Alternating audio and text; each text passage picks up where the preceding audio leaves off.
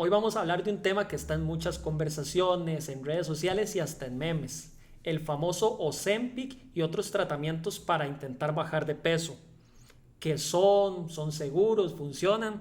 Bueno, aquí tenemos al doctor Roberto Campos, médico con enfoque en obesidad, que nos va a aclarar todo lo que tiene que ver con este tema. Bienvenido, doctor. Muchas gracias. Este tema es mi fuerte, por decirlo así, que la parte de farmacoterapia. Así que encantado de estar por acá y hablar a fondo de este tema.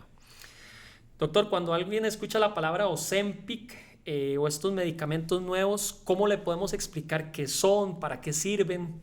Claro, con medicamentos nuevos serían los que involucran incretina. Son los famosos GLP-1. Cada vez van avanzando más. Ahora están los duales, GLP-1 más GIP. Vendrán los que son terapia triple. Pero, ¿qué es esto? ¿De dónde salieron? Por ahí en 1980, no es algo nuevo, se encontró esta incretina, esta molécula que el cuerpo humano produce. Esto es importante. No es que alguien se inventó una molécula. El cuerpo humano produce GLP-1 a nivel gastrointestinal. Se hacen cambios a nivel de laboratorio, ahí sí entra el laboratorio en juego, donde se le agregan y cambian ciertas proteínas en donde se cambia la duración de esta molécula. La que produce el cuerpo dura como 2 minutos, si acaso activa. Los fármacos, hay algunos que duran unas cuantas horas, otros duran una semana entera. Ya hay unos que están en estudio en este momento, en donde duran meses. Entonces ya más a futuro van a haber tratamientos en donde son fármacos que se pueden colocar cada 4 meses, por decirlo así. Pero ¿qué es lo que hacen?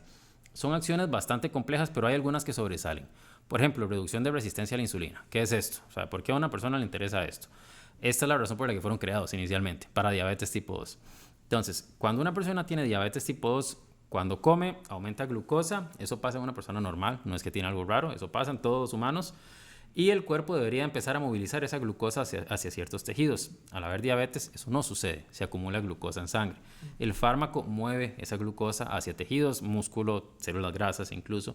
Entonces, con el fármaco se facilita la acción de la insulina que uno mismo produce.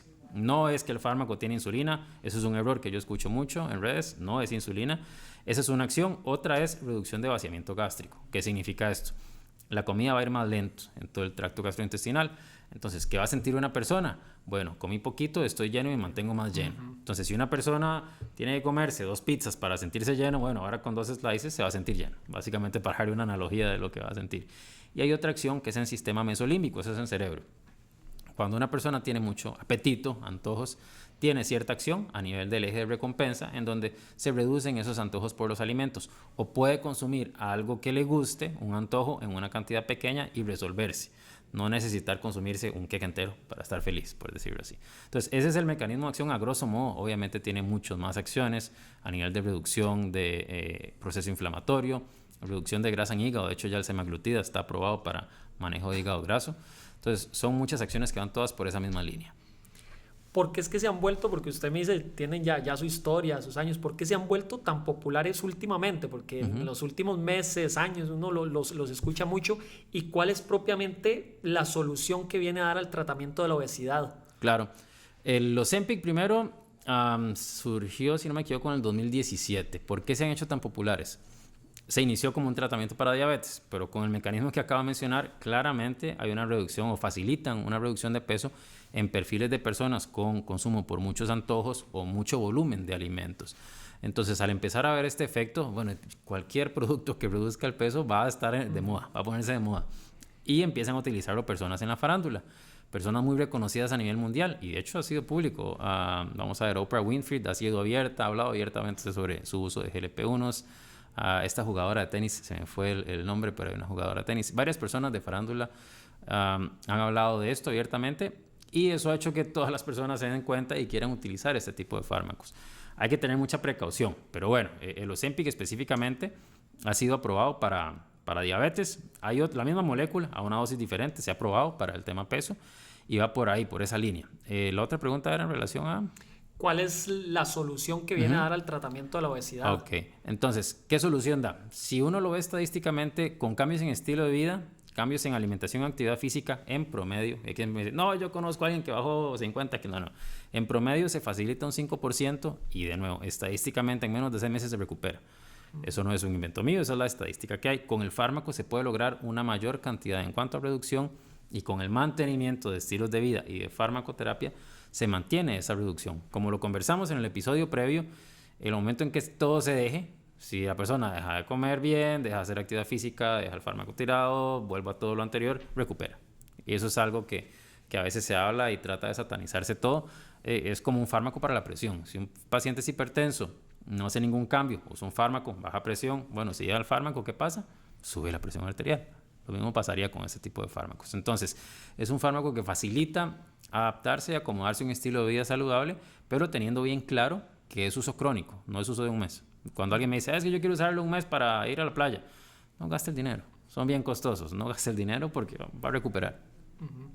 ¿Quién puede usarlo y quién no? Y pues, obviamente se la voy a hacer, pero es muy lógicamente que sí se debe ir a donde un doctor para que lo indique si lo puede usar o no.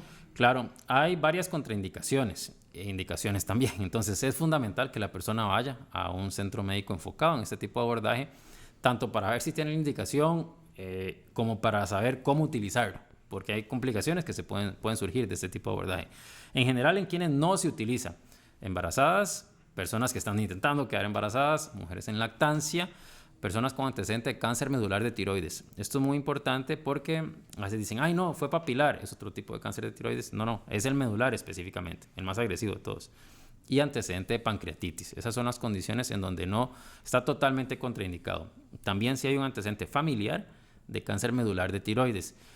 Dejando esto de lado, hay una serie de condiciones que no contraindican, pero hay que tenerlas en mente. Qué sé yo, una persona que está con mucha sintomatología a nivel gastrointestinal, bueno, estos fármacos, el efecto adverso es a nivel gastrointestinal.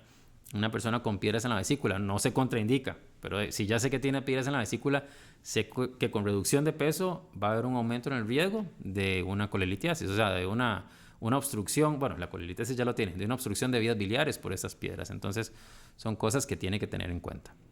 Reforzando lo que usted decía, porque eso sí es nuevo para mí de lo que había conocido, hay que tomarlo siempre, pero llega un punto en que se puede dejar, que ya la persona puede decir, superé la obesidad, ¿puedo dejarlo o no?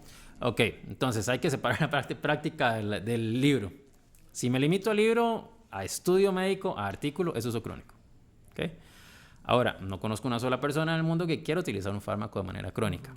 Se han dado múltiples estudios y se siguen dando tratando de ver en qué punto suspenderlo. De momento, siempre que se suspende, empieza a darse cierto nivel de reganancia. Ahora, si una persona ha tenido el abordaje adecuado, que es actividad física, manejo por psicología, nutricional y médico, si se logran dar esos cambios, se ha intentado ir reduciendo el fármaco y llegar a la dosis mínima efectiva. Voy a hablar de dosis, por ejemplo, pasar un fármaco de 3 miligramos a, 1.2 y que esté en la dosis mínima efectiva para que no tenga que estar con una dosis tan alta. Si lo suspendo totalmente, se favorece que se dé cierto nivel de reducción. Algo que también se ha intentado hacer, que no estoy diciendo que esté aprobado, simplemente pues en este momento se están intentando diferentes abordajes, es utilizarlo, año y medio, por ejemplo, o año y 2 meses, y una vez que se llegue a donde estamos buscando, ir reduciendo dosis, se mantiene en una dosis mínima, se suspende y se cita al paciente cada cierto tiempo, cada 3 meses, cada 6 meses, se mantiene, perfecto, se empezó la reganancia, ok, ahí empezamos a retomar tratamiento, retomar actividad física y ver que todo se alinee para volver a reducirlo, pero sin que haya tenido una reganancia completa, que haya sido una reganancia parcial y no esperarse a que se dé toda la reganancia. Pero sí, si me limito a estudios médicos es de uso crónico. Mucho se habla en redes de que tal vez la palabra es diferente a la que usted usa, pero se habla de un efecto rebote. Ajá. Si una persona deja de usarlo, va a tender a tener esas ganancias más rápido. Ok, entonces sí, yo digo reganancia, es el término que yo uso. Efecto rebote sería reganancia. Vamos a ver, no hay un fármaco que produzca efecto rebote, eso es importantísimo dejarlo claro. ¿Qué es lo que pasa? Bueno, el fármaco tiene un efecto antiinflamatorio, tiene un efecto en donde reduce el volumen de alimentos, tiene un efecto en donde le quita antojos. Quito el fármaco, aparecen antojos, vuelve a comer la misma cantidad de algo, se quita el efecto desinflamatorio a nivel hepático, por ejemplo, bueno, y va a subir de peso. No es efecto rebote, simplemente la persona está volviendo a su estilo de vida anterior. Para muchos ya tomar el fármaco, el medicamento, pensarán que pueden olvidarse de la alimentación. ¿Qué papel juega la alimentación para ver resultados reales junto a estos fármacos? Eso es importantísimo. De hecho, en nuestro manejo multidisciplinario en la clínica, la que tiene más citas es nutrición, es fundamental por muchas razones. Primero, lograr el objetivo de la persona. Claramente hay que hacer un cambio a nivel nutricional. Después hay que organizar muy bien el tema de alimentación. Es muy importante los micronutrientes.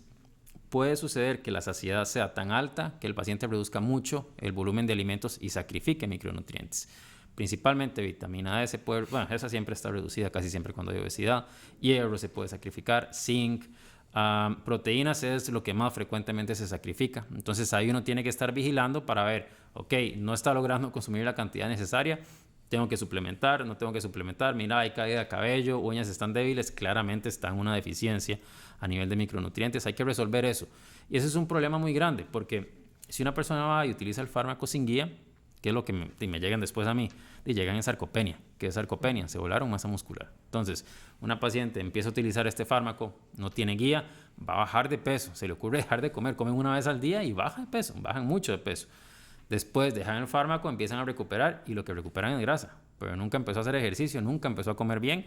Entonces, después de que se ha dado este ciclo como 3 veces, llegan y puede hasta verse como una persona que se ve de una complexión normal, pero donde uno revisa masa muscular y fuerza, músculo está muy bajo ya en sarcopenia. Y eso me ha pasado con mucha frecuencia en mujeres entre 25 y 35 años, edad donde uno no esperaba jamás ver ese tipo de problema. Que por ahí le sigo un poco la idea porque quería también la parte del ejercicio. ¿Qué tan importante es mantenerse activo, en movimiento, haciendo ejercicio mientras está en un tratamiento de estos? No es negociable. La parte de alimentación, la parte conductual y de actividad física no es negociable. Son muchas cosas. Primero, el ejercicio me va a favorecer gasto calórico. ¿Okay? Si estamos buscando reducción de tejido graso, aumentar gasto es una muy buena idea. Me ayudan a reducir resistencia a la insulina. Si una persona está con obesidad y prediabetes, por ejemplo, evidentemente me interesa reducir esa resistencia a la insulina. Y vamos a ver, necesitamos que esa persona sea funcional, que aumente movilidad. Si una persona me llega a consultar porque pues, no puede amarrarse los cordones, solo ocupo aumentar movilidad y fortalecer esa masa muscular, mantenerla. Y aquí es muy importante porque a veces se habla de, ay Dios mío, en tal máquina me reportó una reducción de masa muscular. Cuando una persona va y se mide en una máquina de bioimpedancia, lo que la máquina mide es todo lo que está adentro de la aponeurosis. Eso es una membrana que cubre el músculo. Ahí hay músculo, hay agua, hay grasa, hay glucógeno. Hay una analogía que yo uso mucho en mi consulta, que a veces es incómoda, pero es como cuando uno va a comprar a la carnicería. Las carnes grasosas son las blanquitas. Es un músculo lleno de grasa, pero es músculo.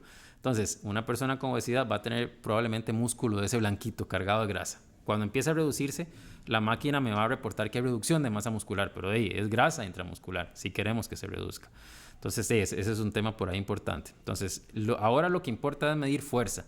Más que la medición del volumen de músculo, necesito que esa fuerza se mantenga o aumente. No me importa que la máquina me reporte una reducción de masa muscular siempre y cuando la fuerza se mantenga en esa persona. ¿Qué puede pasar con una persona que consuma Ozempic o algún otro tipo de fármacos sin seguimiento médico? Lo más frecuente es eso que le comentaba, cuando no tiene un seguimiento multidisciplinario. No solo el médico, no solo yo entro en juego ahí, todo el equipo debería estar incluido. Lo más frecuente es que la persona se emocione porque va a haber reducción, se emocione mucho y entonces cada vez reduzca más el volumen de alimentos. Y le va a ser muy fácil. No va a tener hambre. No va a tener, ay Dios mío, ya me queda la ropa, ya bajé tallas, ya aquí, ya puedo no comerme el postre. Va a sentirse muy emocionada, pero va a sacrificar micronutrientes que son esenciales.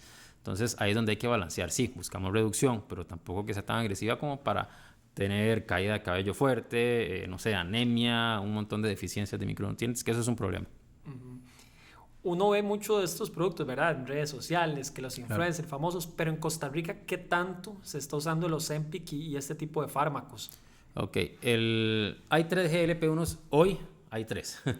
Está dulaglutida, nombre comercial es Trulicity. Hay otro que se llama glutida, nombre comercial sería Ozempic. Y está liraglutida, nombre comercial sería Victoza y Saxenda. De todos esos, al día de hoy, el único que tiene aprobación para manejo de obesidad, curiosamente no es Ozempic, es Saxenda. Ahora, el Ozempic tiene sus acciones interesantes y por supuesto que mucha gente lo utiliza para esto. A futuro va a ingresar Wegovy, que es ahí sí, el Ozempic en dosis altas, que es la recomendada, y el Mounjaro, que es pues uno dual. Entonces, la pregunta era en relación a estos fármacos específicamente. En Costa Rica, Ajá. ¿qué tanto se están usando? Se está utilizando mucho. Yo no tengo la estadística fuera de consulta médica. Sí le digo, yo en mi día a día lo único que atiendo es obesidad. Yo no atiendo otras cosas. Y pues es un fármaco bastante utilizado. Ahora, desafortunadamente sí veo que cada vez cae más en tendencia estar consiguiendo moléculas traídas de lugares que uno ni siquiera sabe si es un laboratorio real, traen de otros países. De hecho, un día de estos vi una que decía prohibido su uso en humanos y yo, pero por Dios.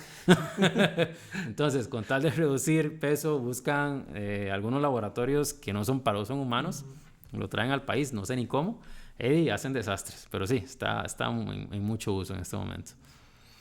Doctor, para cerrar, una persona que seguramente le interesó el tema, que piensa que puede ser un candidato, por así decirlo, para tomar estos medicamentos, ¿cuál sería el primer paso correcto para ver si debería tomarlos o no?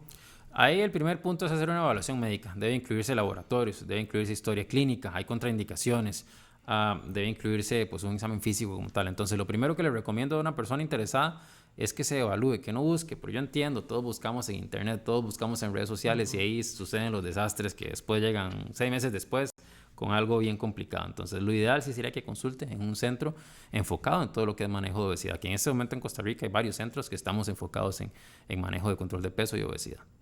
Doctor, muchas gracias por acompañarnos. Para terminar, regálenos, para el que quisiera atenderse con usted, que usted le aclare todas estas dudas, ¿cómo lo podemos contactar? Claro, en redes sociales o en mi página web drcamposarce.com o en redes sociales drcamposarce. Ahí me ponen @drcamposarce y por ahí aparezco, básicamente ahí. Muchas gracias, doctor. Muchas gracias. Y muchas gracias a ustedes por escucharnos. Todos estos medicamentos de los que hemos hablado son muy valiosos, pero como lo insistió el doctor, siempre con un acompañamiento médico, nutricional, siempre haciendo el ejercicio, porque la idea es bajar peso constante. No importa tanto lo rápido, sino mantenerlo. Muchas gracias y nos vemos en la próxima edición de Póngase Fuerte.